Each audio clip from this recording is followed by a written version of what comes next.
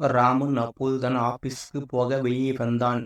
அப்போது பூட்டிய கிரிலுக்கு அப்பால் ஒரு பெரியவர், கசங்கிய சாதாரண வேட்டி சட்டை, முகத்தில் கருப்பும் வெள்ளையுமாக மண்டிய ரோமக்காடு, நீண்ட பயணத்தால் கனைத்த முகம் என கையில் நகைக்கடை விளம்பரத்துடன் இருந்த ரெசின் பையுடன் நின்றிருந்தார்.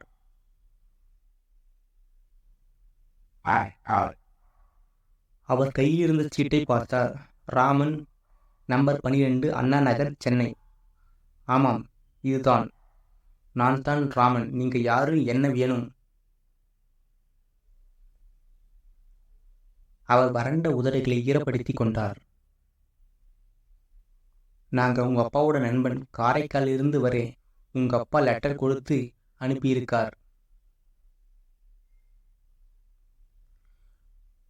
பெரியவர் ரெக்ஸின் பைச்சிப்பை திறந்து ஒரு கடிதத்தை எடுத்து நீட்டினார். வாங்கி பார்த்த ராமன், அப்பாவா என்று வினயபடி கடிதத்தை படித்தான்.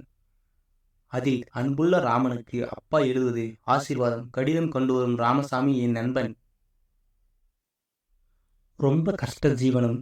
இவரது ஒரே பிள்ளை சமீபத்தில் விபத்தில் இறந்து விட்டான். விபத்துக்கான இழப்பீடு கிடைத்தால் ராமசாமியும் அவர் மனைவியும் வாழ ஓரளவு உதவியாக இருக்கும்.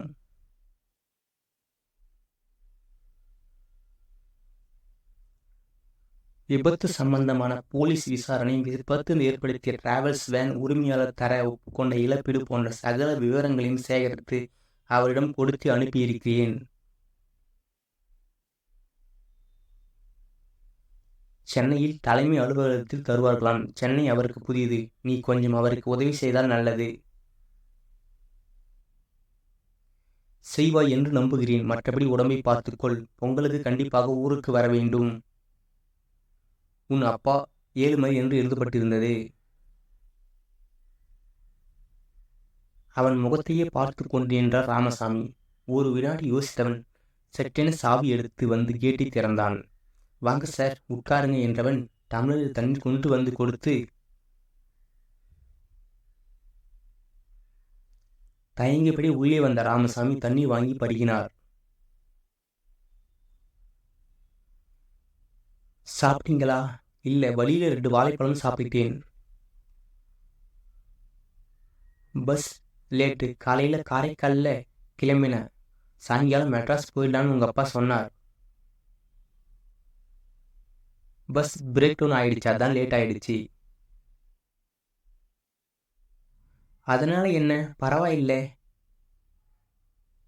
ஃப்ரிட்ஜை திறந்து பார்த்த ராமன், தோசை மாவு இருந்தது. 4 தோசை சுட்டு மிளகாய் பொடி, எண்ணெய், தண்ணி கொண்டு வந்து டேபிள் மேல் வைத்தான்.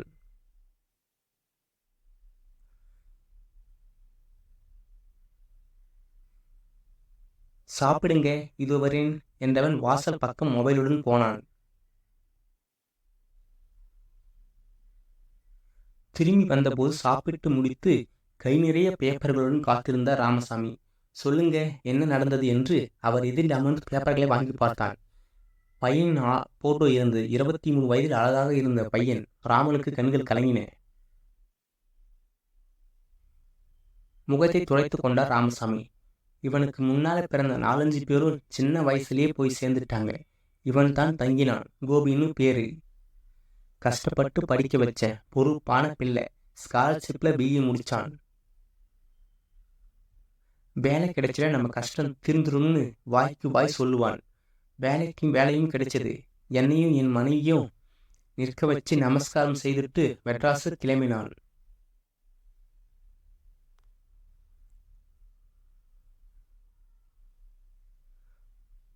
பஸ் ஸ்டாண்ட் போக ரோடு கிராஸ் செய்யறப்ப வேகமா வந்த டிராவல் வேன் மோதி ஸ்பாட்லி இறந்துட்டான். மேல் துண்டை முகத்தால் மூடி குலுங்கினார் ராமசாமி. பேசாமல் அவரையே பார்த்த ராமன் அபராவியே தொடர்ந்தார். அந்த வேன் சொந்தக்காரன் நஷ்டீடு தர ஒத்துக்கொண்டார். முதல்ல அதை வாங்க மனசு ஒத்துக்கல.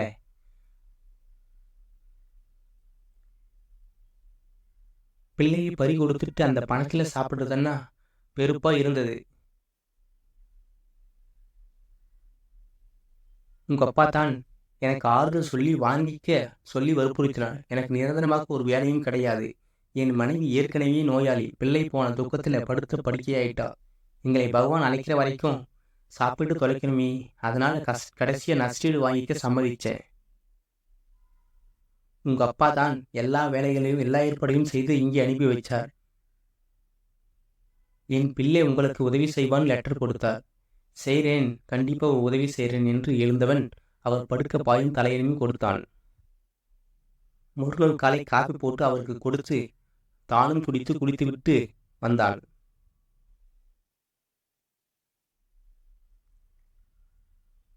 அவரும் குளித்துவிட்டு வர இருவருமாக பைக்கில் கிளம்பினர். இங்கே தாம்பரம் இருக்காமே, அங்கதான் ஹெட் ஆபீஸ் இருக்கான். தாம்பரம் பக்கம்தான், நான் கூட வந்து செஞ்சு தரேன். வழியில் ஹோட்டலில் டிப்பனை முடித்துவிட்டு டிராவல்ஸ் ஆபீஸ் வந்தனர். ஃபார்மாலிட்டிஸ் எல்லாம் முடித்து கைக்கு வர மதியானம் ஆகிவிட்டது. ரொம்ப நன்றிப்பா, எனக்காக ரொம்ப சிரமப்பட்டுட்டேன்.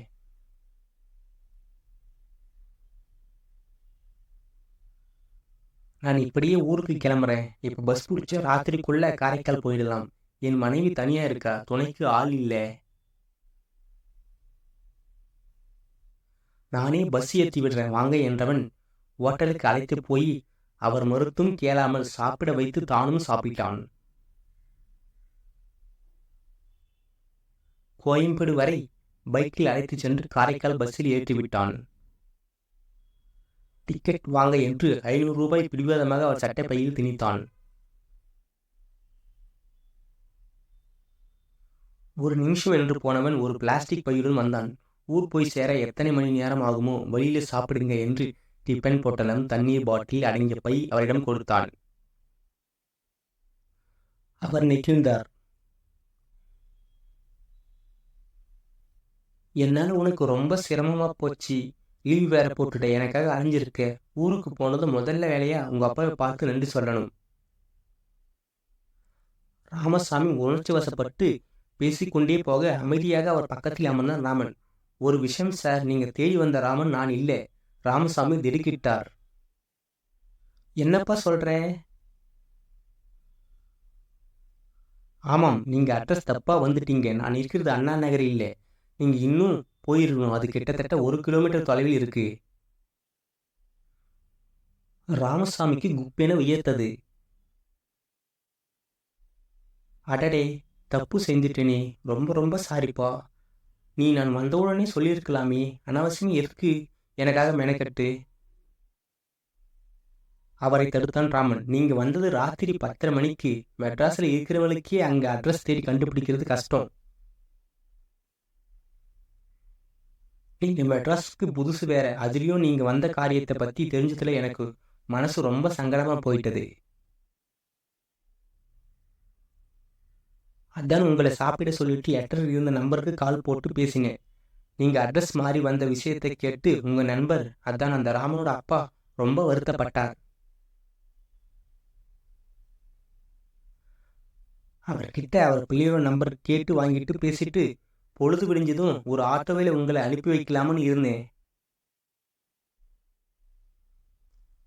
ஆனா மொபைல் போன்ல பேசினது ராமனோட மனைவி. அவர் ஆபீஸ் விஷயமா மும்பை போயிருக்காராம். வர 1 வாரம் ஆகுமோ. அப்பதான் முடிவு செஞ்சேன், நேரடியா நானே உங்களுக்கு உதவி செய்யலாம்னு.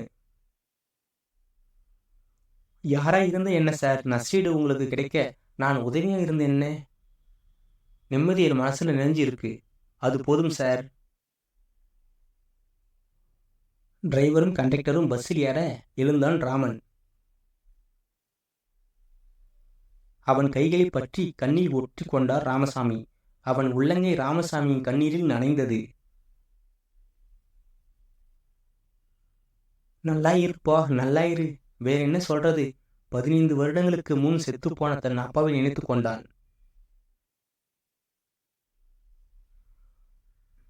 அப்பா, நீங்க இப்போ உயிரோடு இருந்து இது மாதிரி லெட்டர் கொடுத்து அனுப்பியிருந்தாலும் கண்டிப்பா உதவி செஞ்சிருப்பேன். என் வளர்ச்சியை பார்க்காமலே போயிட்டீங்களே. யாரோ ஒருத்தருக்கு பிள்ளையா இருந்து அவர் நண்பருக்கு உதவி செய்திருக்கேன் அப்பா. உங்களுக்கு திருப்தி தானே? கனத்த மனத்துடன் பஸ்ஸை விட்டு இறங்கினான் ராமன்.